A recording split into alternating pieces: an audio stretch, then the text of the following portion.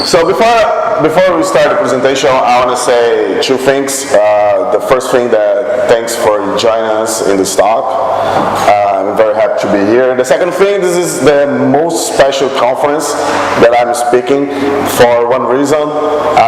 My parents are over there and they're watching me for the very first time. So let's applaud them.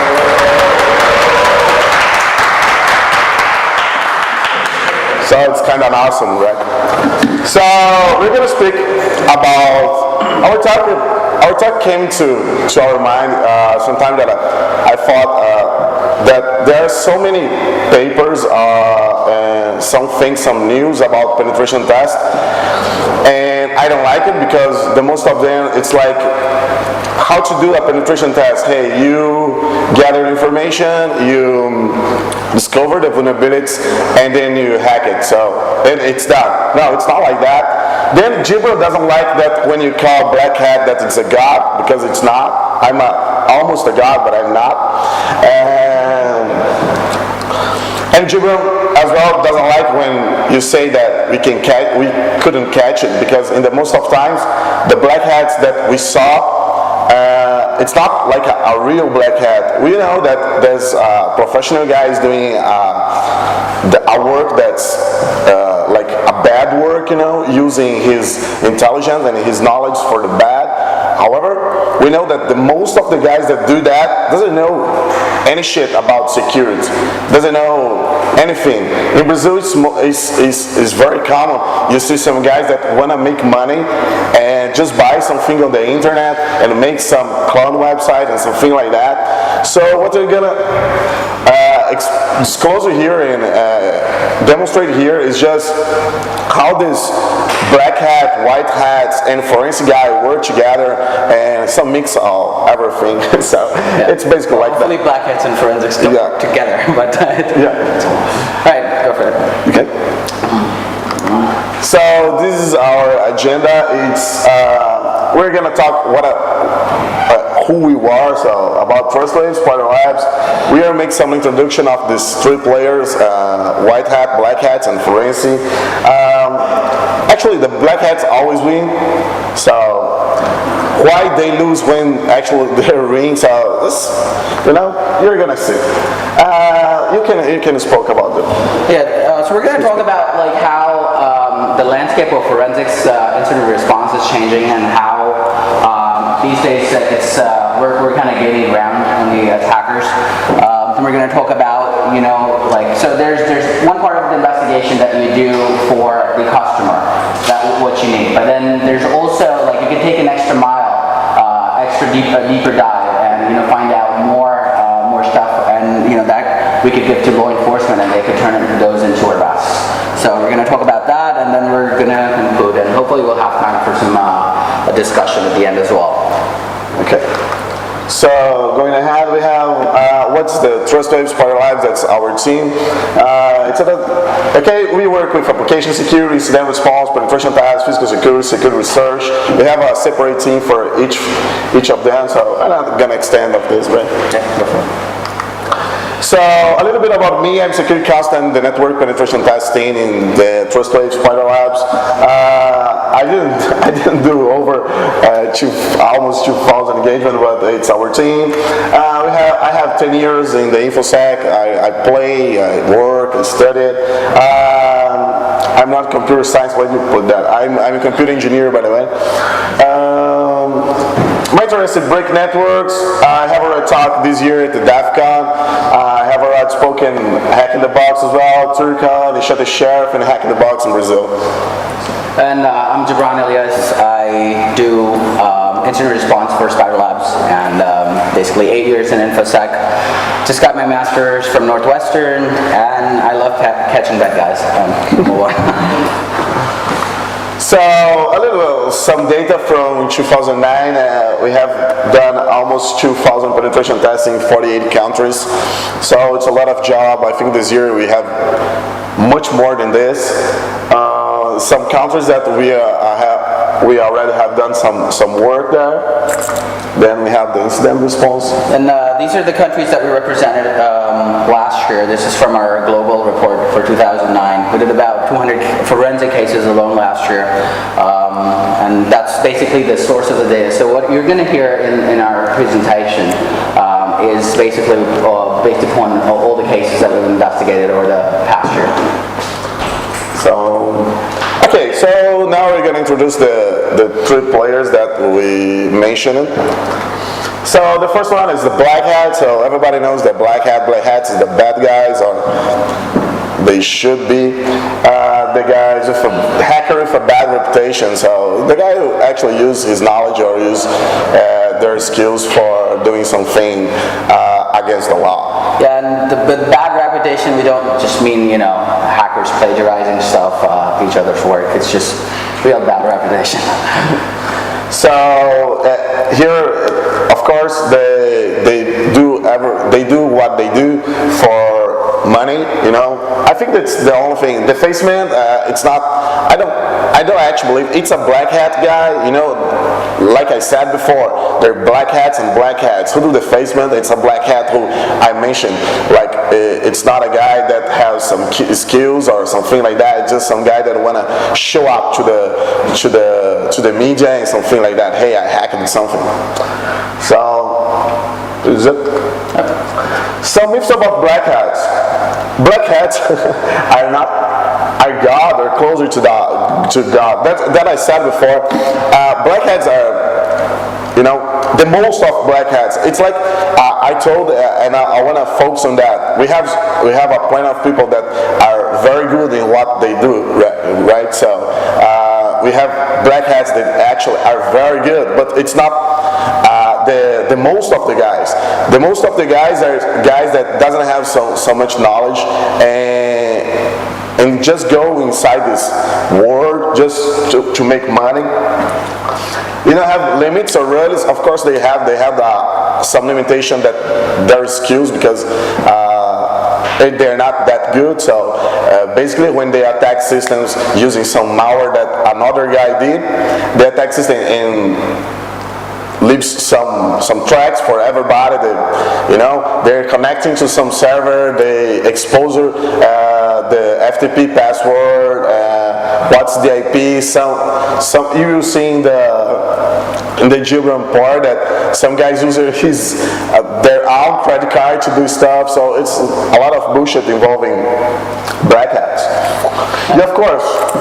I think the main thing we're trying to convey here is, they do make mistakes, and they do make plenty of mistakes, because, their last, before they come out of a machine, a compromised machine, that's their last opportunity to be in the machine, right? And then after that, it's in our hands. The ball's in our court. It's in response folks. And we see them making a lot of mistakes. Sometimes they lead to arrest. They may know the infection vectors, if they're good at that. But I think a lot of you guys were part of Wells' talk earlier, and he mentioned that those guys were just like script kiddies trying to do malicious stuff. Even the good hackers, the good black hats, they know infection vectors well, but they don't necessarily understand digital artifacts really well. That's a whole different science, and that's what the incident response folks study, and they're good at that. And sometimes it's almost hilarious, but sometimes when they try to cover their tracks, when they try to delete data or nuke their data, whatever the files that they load, it kind of gives them diminishing returns, because they're working so hard to basically delete those files, and sometimes they get caught, and we find out exactly which files they were deleting. So move with that. Okay, and about the penetration test, everybody knows what the penetration test is. It's some guy like me that attack computers allowed by the company, So there's some things about penetration tests. Yesterday we were talking about it. Like, we don't have motivation. Yes, of course we have motivation. It's my job. I have to make money. If I don't attack the system, hey, my boss, I have, 20 engagements in a month, and I just attacked it. I just was successful in one.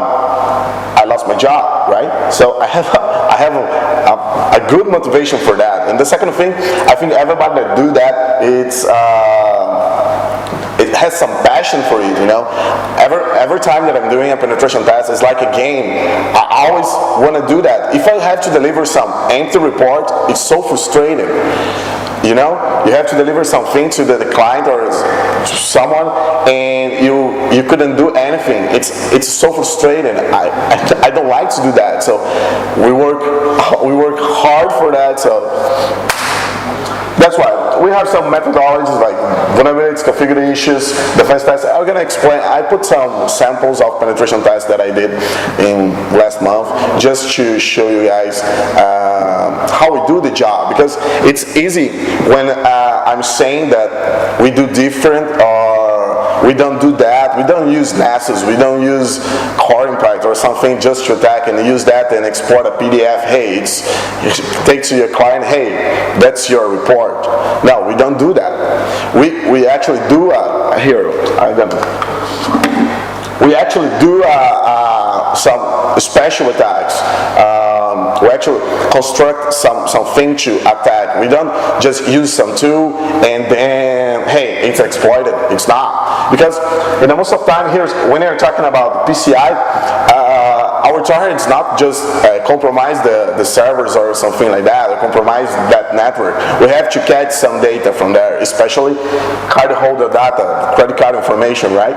So I will demonstrate something like that because I hacked many computers in the network because I saw some tip in the traffic, and when I got there, I saw that the credit card that I found was masked, so it was not successful.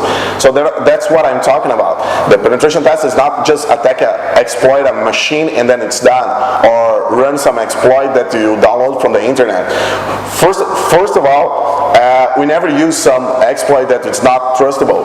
Why? Because probably you saw something about A.D. Moore and some guy from Brazil, Gustavo Scotti, that did an exploit like 3 years ago, and A.D. Moore thought that was a connect to back.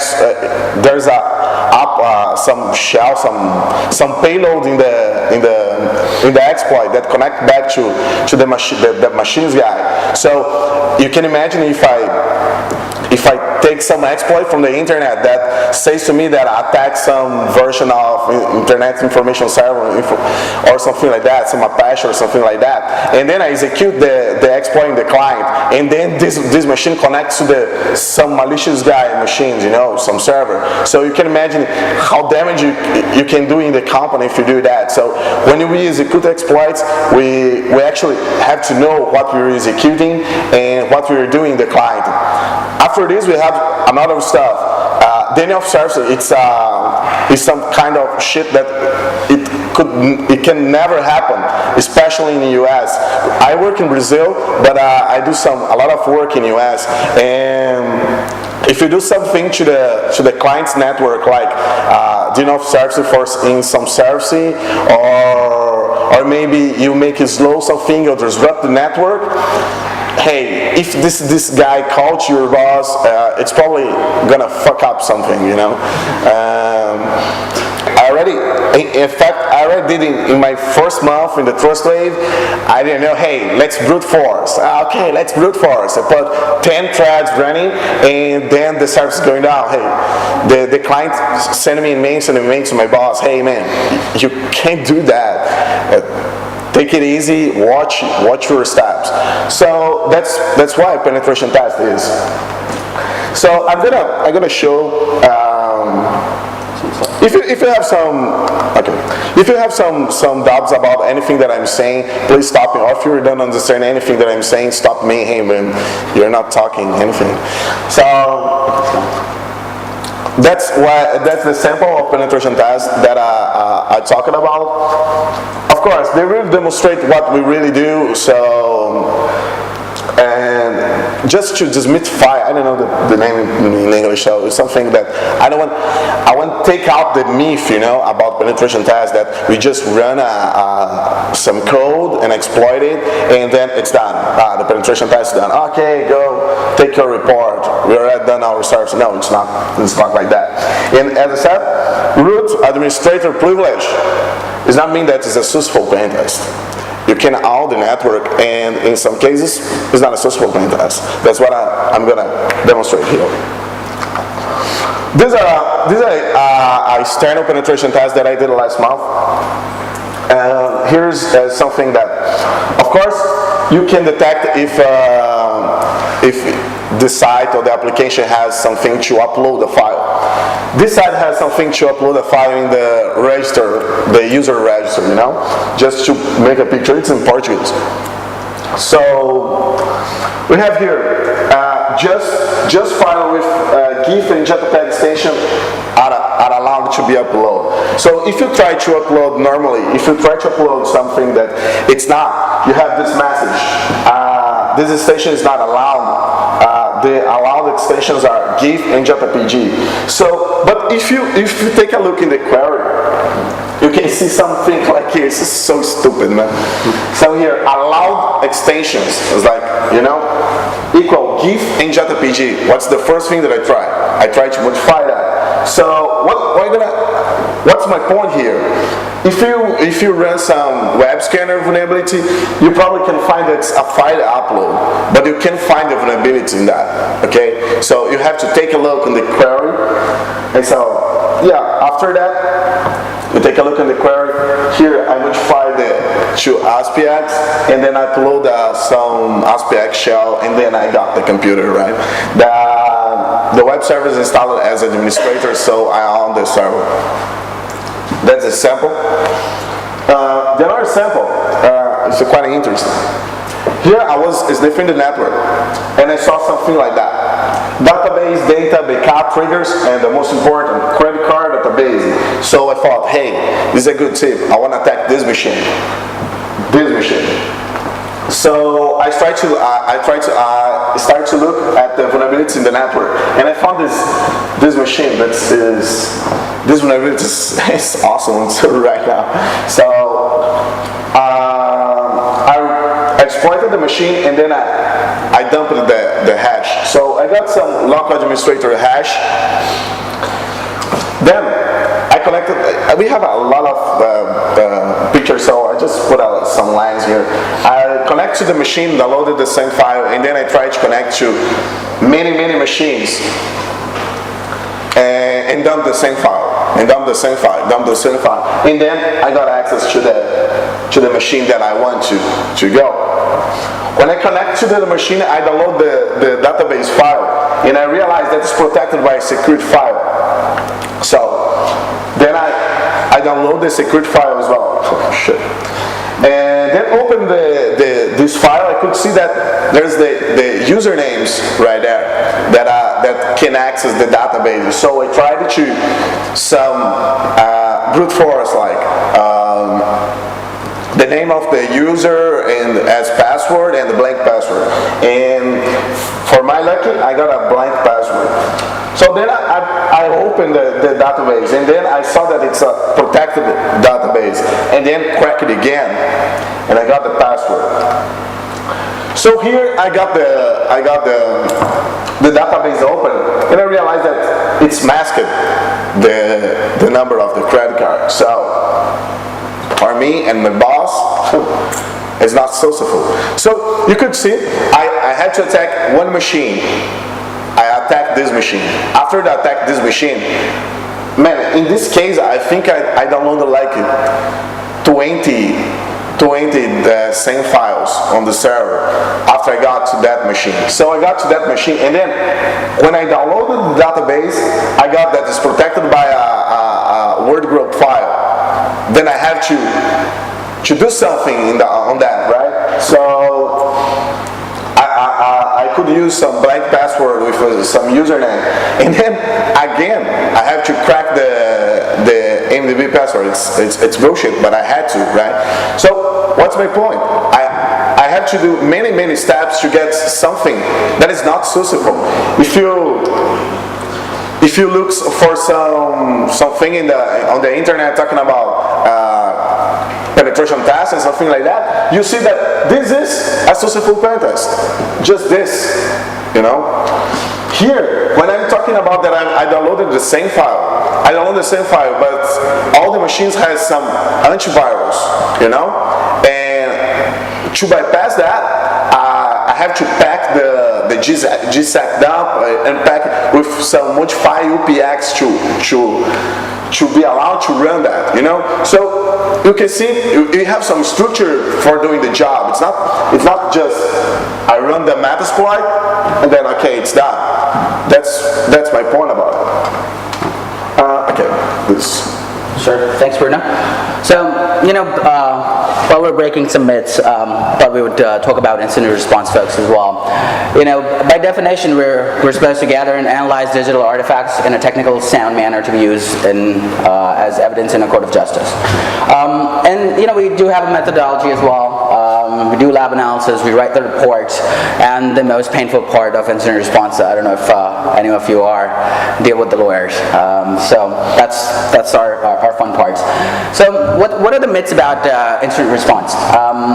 We always hear, oh, so you know, if the attacker comes in, why would the attackers leave the data on the system? They would always delete it. So forensic incident response is pretty much useless. But I think we learned earlier today that, you know, they're not that concerned, and you know, the data is always there. All they do is disk analysis. No, that's not true. Court accepted evidence debate. Attacks are getting sophisticated, and forensics are playing catch up.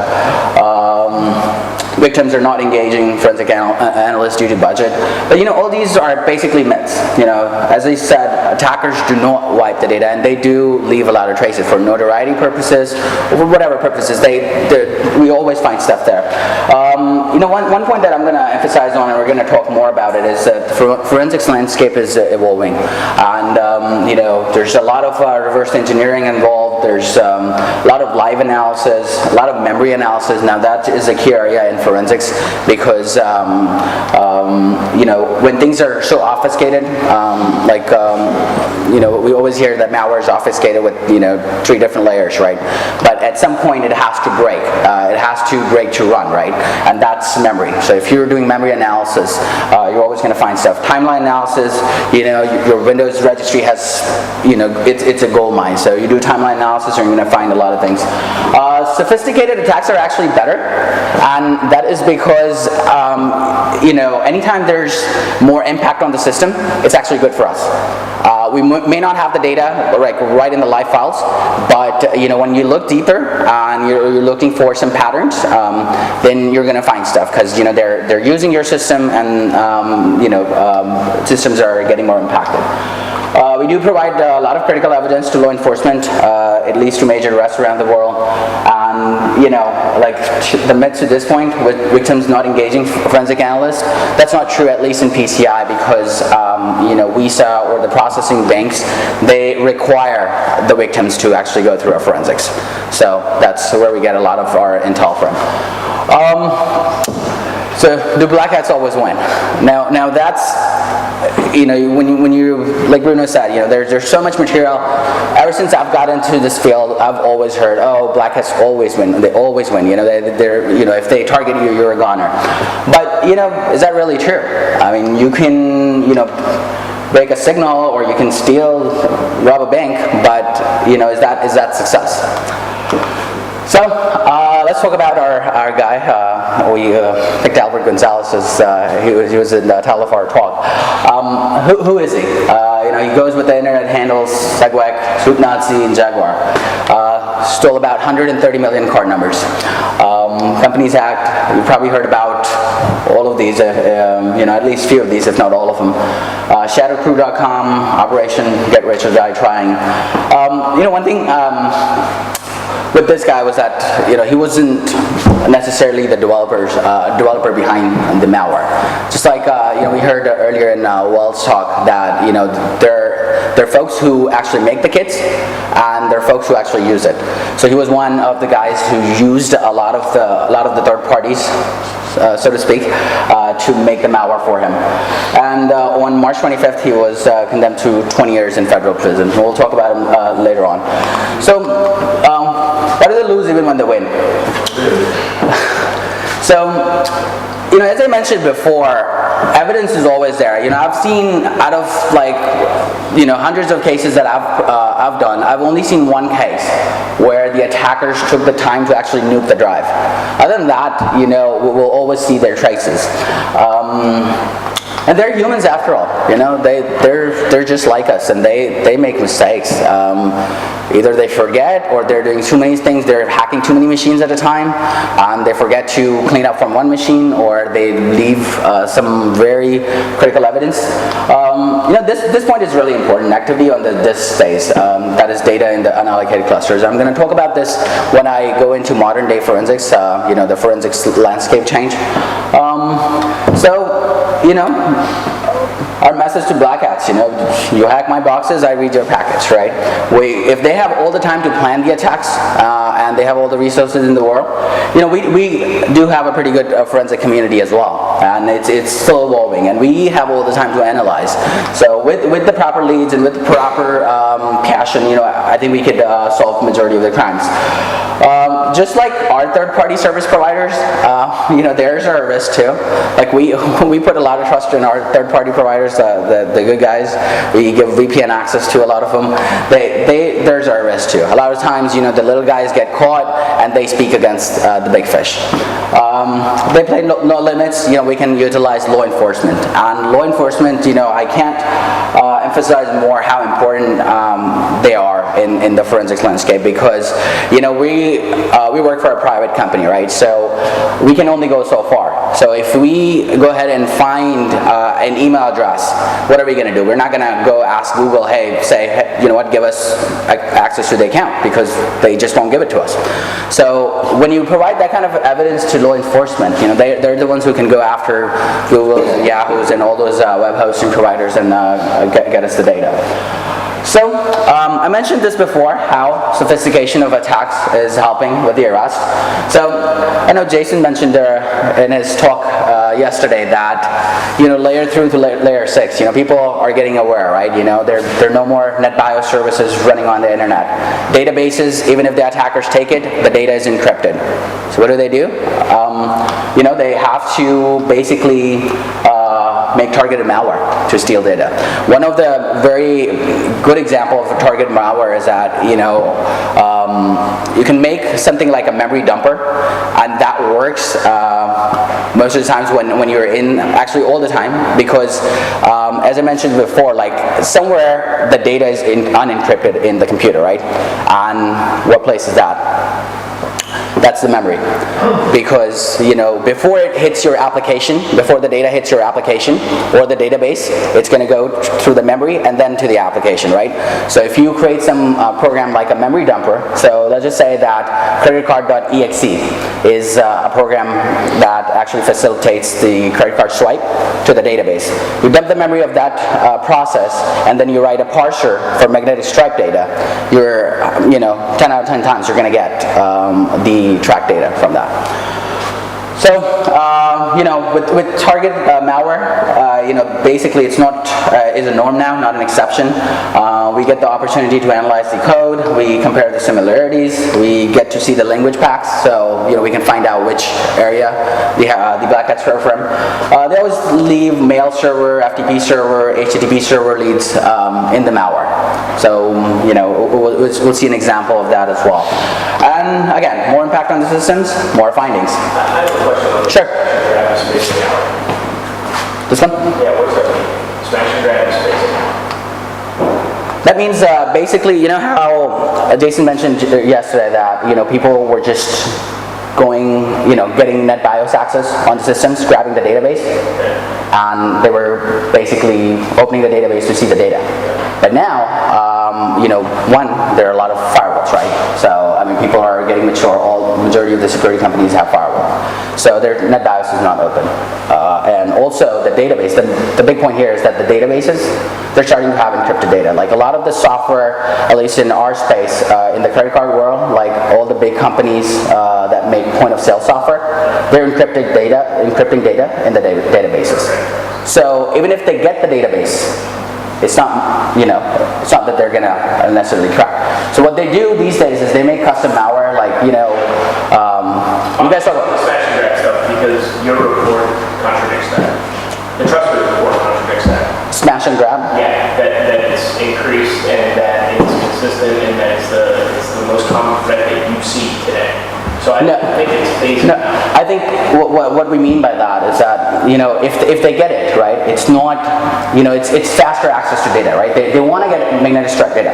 So what's better... So ease of access. Ease of access, yeah. So what's better is that if they make targeted malware, just like I gave the memory example, That's fine. they get it that way. So what's modern day forensics?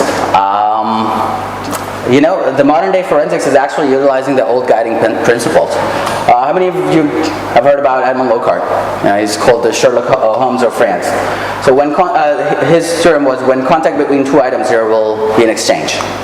And that exchange is key for incident response folks, because if you're touching a disk, right, if you're running a malware, you're logging in via remote desktop or by any other means, you're basically impacting the system. So the data is there to analyze. Where to look is the key question.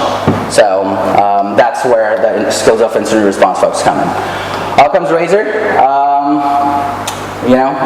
Entities must not be multiplied beyond necessity. And what that means is that, as forensic investigators, I think, we all watch crime movies and crime series, and we all get so fascinated by them that, when we see an attack, we tend to form our own theories, right? Oh, the attacker must have done this, it must have, obfuscated code, he must have, gone into China to come attack the US for this and this purpose. But, most of the times it's simple stuff. So it's basically, the point I'm trying to make here is that a good forensic analyst does not let the theory dictate the outcome. It's always based on data. So if you see the data, make your theories from the data rather than vice versa. So, a lot of people force the theories on data and, look for, if they have a theory, they will think about that, and then they will look for those instances in the disk analysis. Right, so what does it involve? It involves live analysis. So when we're at the crime scene, we spend at least half a day there, because that's where the data is going from. Volatile data analysis, that is basically memory analysis that I spoke about. So again, if the malware is packed with different layers, it's going to break in the memory, and then that's where you can analyze the strings and whatnot. Registry analysis, now I mentioned this before, it's basically a gold mine. Windows registry, if the more you study, the more you get fascinated by it. So always look for registry analysis. Timeline analysis, it's very important. Prefetch file analysis, so if the attackers are rawing the information, which is, if they get number of files, they always would raw a file, right? So if you get a prefetch file on a Windows box, you're always going to see some really interesting tips there. File header analysis, the data analysis. So what if the prefetch file is deleted? We will see that in unallocated clusters. And not to mention the disk analysis when it's needed. So what are the smoking guns in forensic investigation? So let's actually see some examples here. So what we look for when we're doing live analysis, basically things like, Windows Event ID 528. What this gives us is basically the source IP address, and that's again very important because it gives us the next hop at least. And something like this, this Windows event logs, on majority of the boxes, the events get overwritten, but the system log, they are kept for a long time because you don't generate too many system events.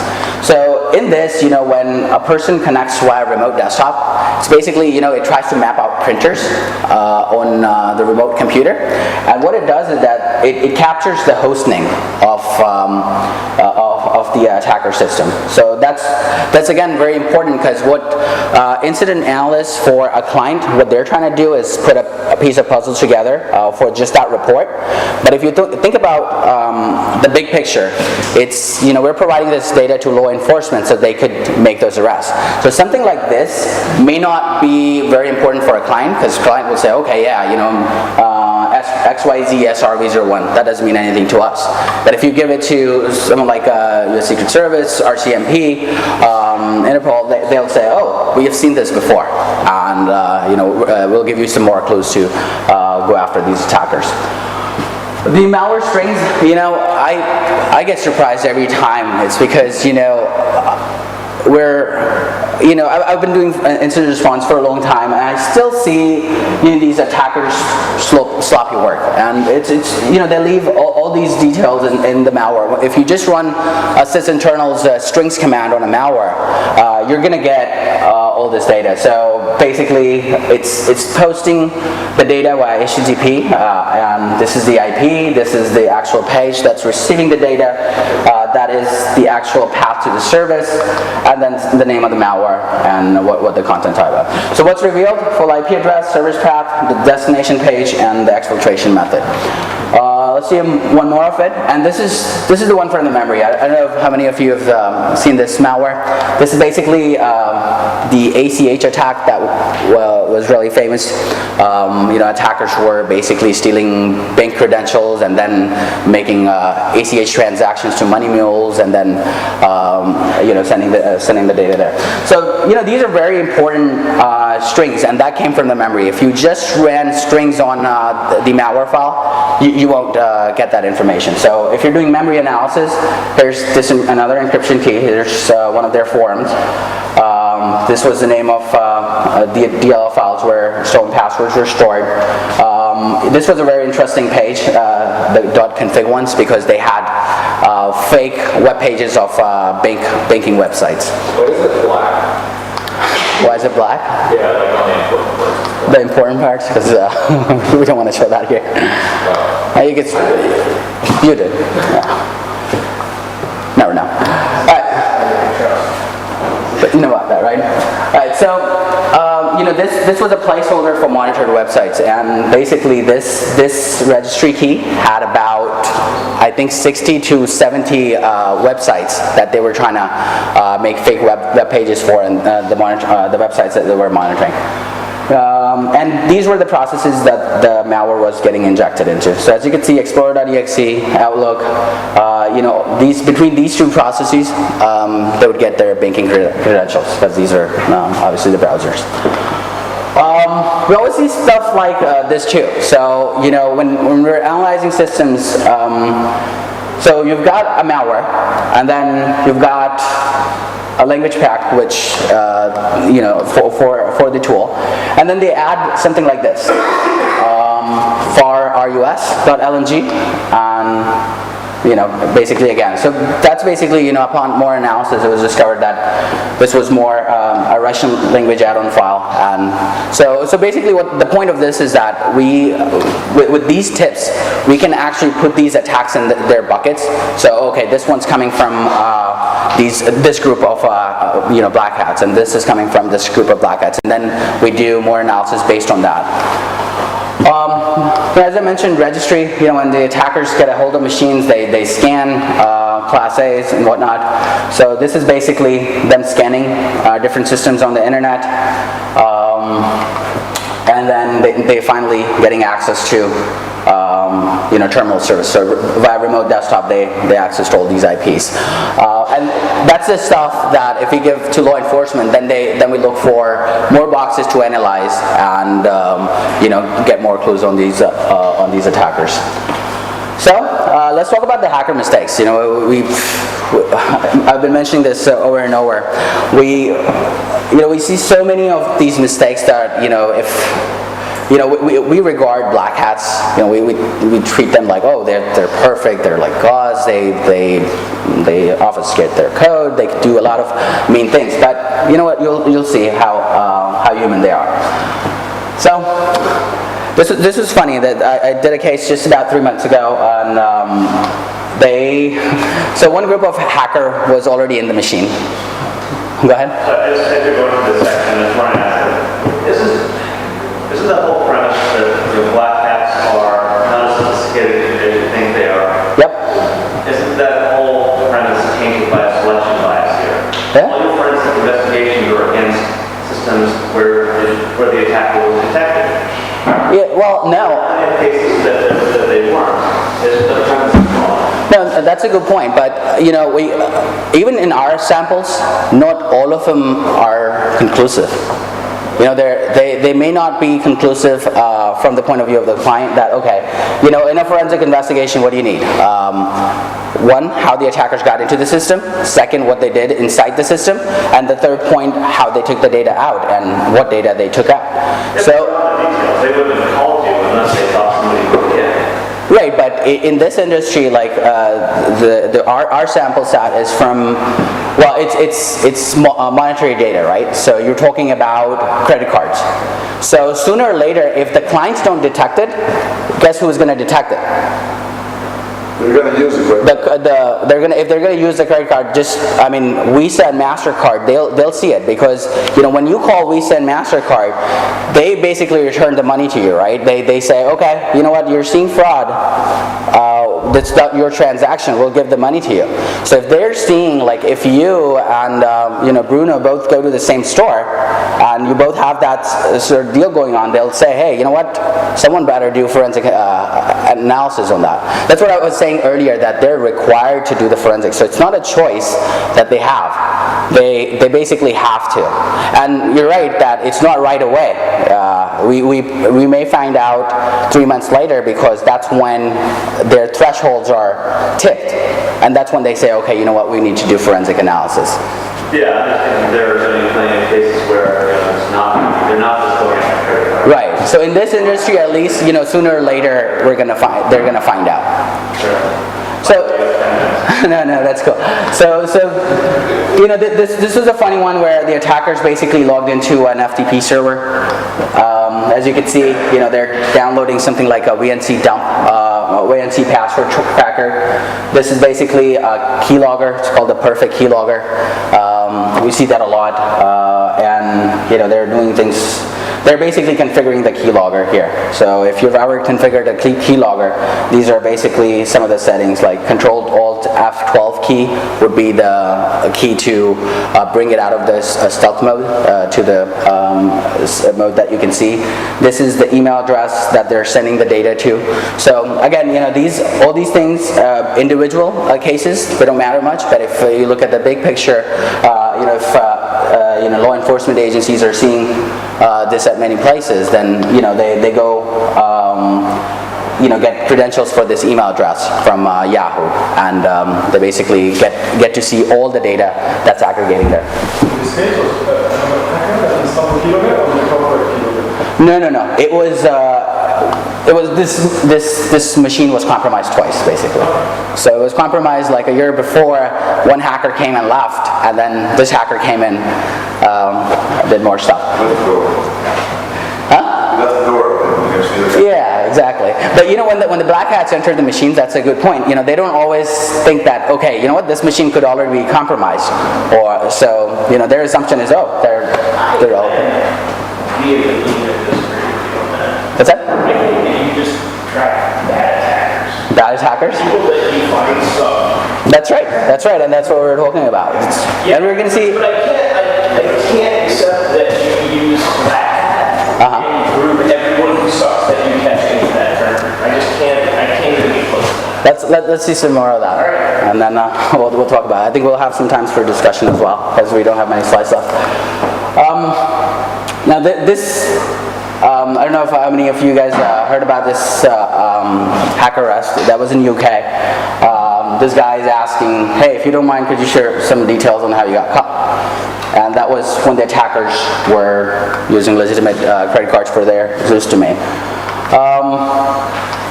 Dumb and Dumber, right? You know, these what we're seeing in the field is something like this. They're sending an email to the client, hey, to answer your question, this is basically, the background is the client asked, okay, what have you got on me that you're blackmailing me? So this is what the attackers say. To answer your questions about magnitude of this problem, I would say it's off the Richter scale. And then basically he goes on to describe the attack and says, hey, if you need free advice, I'll give it to you. Fire your IT guy and pay me his salary so that we can secure your systems. He also included a dump from the database, and then, just like trying to be a white hat, right? Also, I'm not interested in this information, so it's secure for me, but others might not feel the same way. So that's how dumb of the attacks that we see, and that I think leads to Chris's point that there are a lot of dumb attacks out there that the industry has, and we get to see that. Fortunately or quite unfortunately. I think the thing is, we have, as I said before, we already have some good bad guys. Everybody knows about that, right? We actually have some good bad guys, but it's not the most of the guys that do this. The most of the guys that do some shit like this is some scripted guys, some scripted kids. Well, I think it's a difference in terminology. Like, the definition that I know of black hat is a really good sophisticated guy that never gets caught. I would define this as just script kiddies or hackers. Yeah, but the terms, well, I think when we hear, when we hear the stories in the news, right, like Albert Gonzalez, because it made big news. That's what I'm thinking. It's the same. We always say, okay, you know what?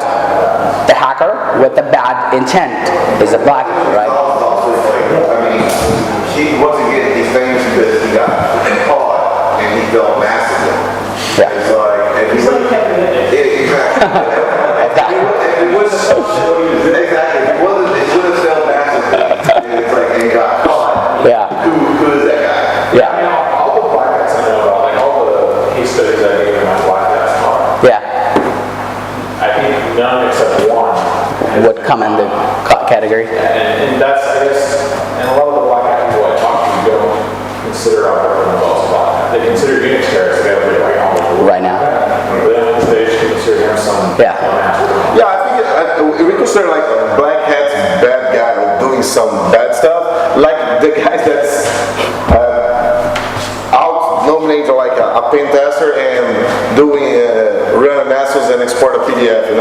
You know what I mean? If you ask like ZFO or Homo or any like real black hat group, they would disagree with the definition. Yeah. Right. But to the common person, what do we call black hats, right? It's someone who steals the data, who knows about, who has the knowledge of the systems, but use it for malicious intent. And with that definition, I think this fits perfectly. In fact, man, I hate definitions. You were totally So I hate hackers, crackers, fuckers, whatever. I hate that. I'm just warning you, a lot of real black hats will be pissed off. So what other mistakes do they make? We see them checking personal emails on the compromised box. Again, dumb and dumber. It keeps getting dumber. They chat about drugs, dumb transfers on the compromised box. They use something like SendSpace to upload files.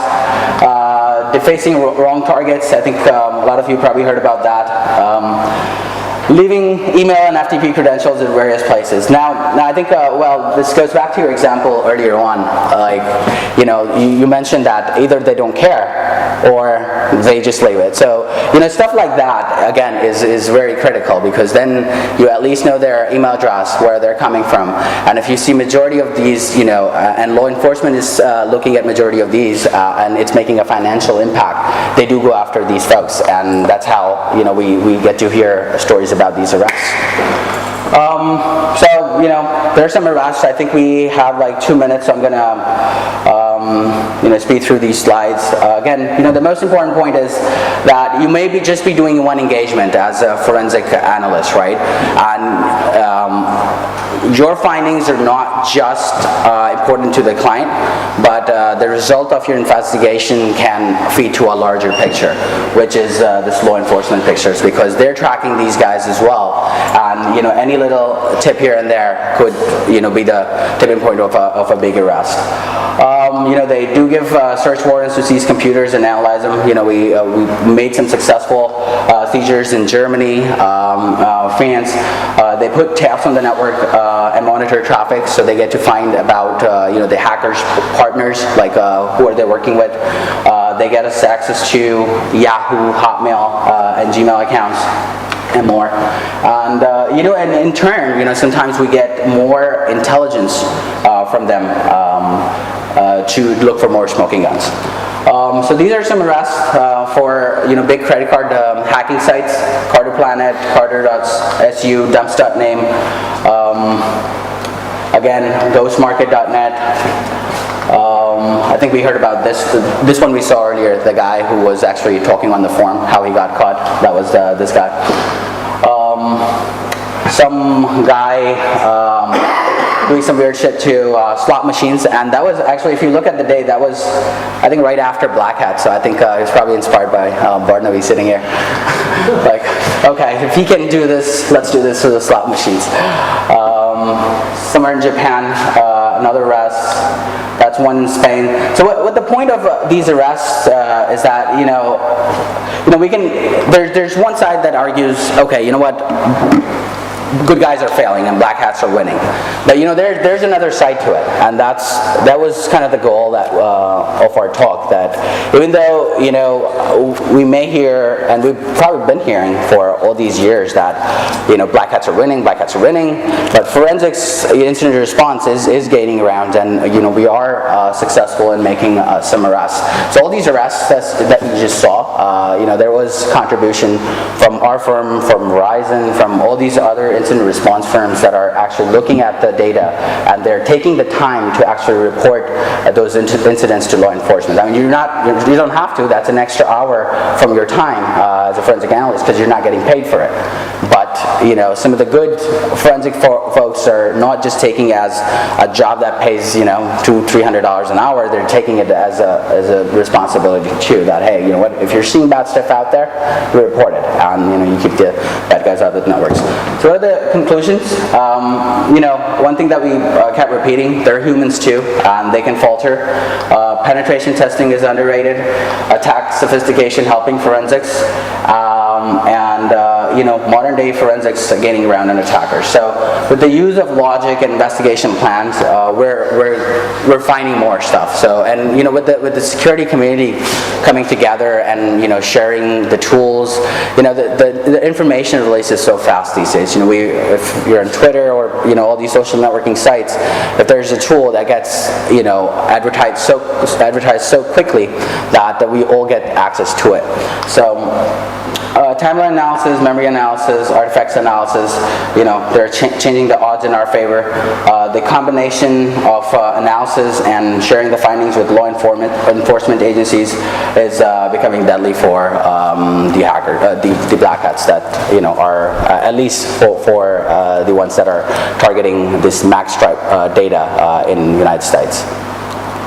Right, and some acknowledgments here. Shout out to our Vice President, Nicholas Percoco, my manager, Colin Shepard, and... Yeah, I'm not sucking my balls, right? Just because that guy that feels soft.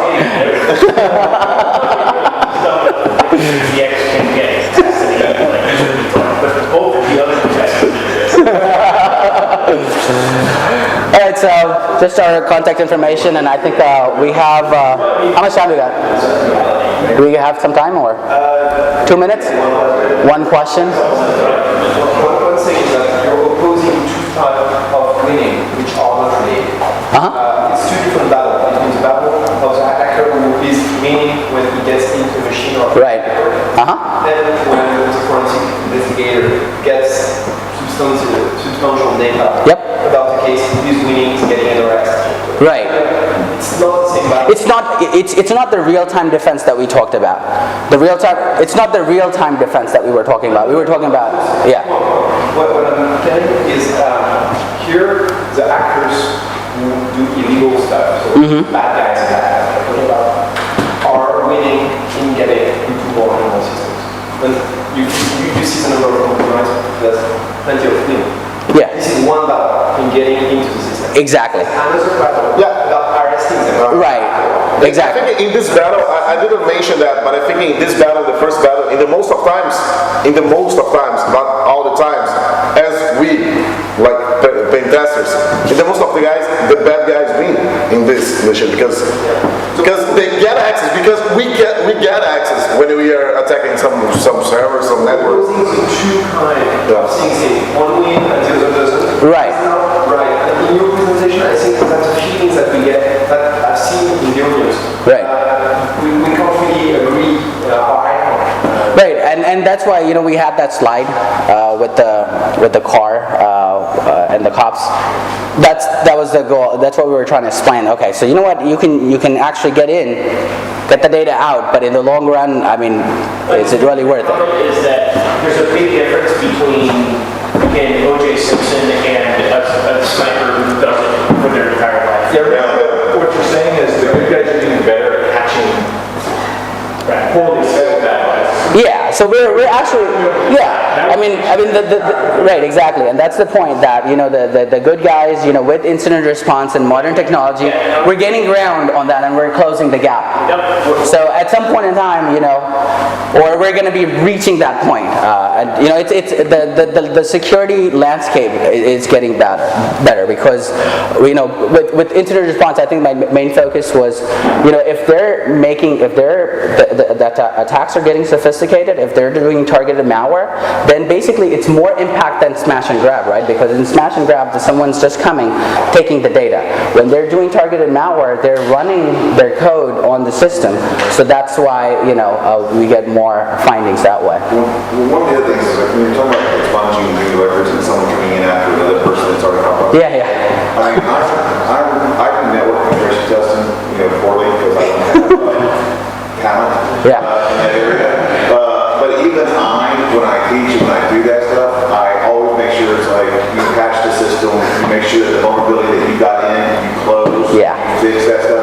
One of the ways to figure out a network machine has been compromised is that it's the one that's patched, it's the one that's no longer vulnerable, and all the other servers around it are. It's like because that's the one that the guy said, okay, this is my box now.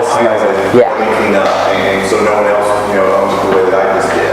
So, I mean, that is one of the other indicators. So it's not just someone just like leaving everything open. Then someone comes in later and then compromises it again. Right. It better be from another, they may have remnants of that programs that you've done, but it better be because of another vulnerability because the attacker's already cleaned up and already patched the stuff that got in it. Because now he's got this Trojan, he's got the backdoor going in.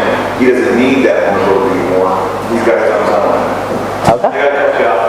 Okay, that's it. All right. Thank you guys thanks for the lively discussion. I think I appreciate it.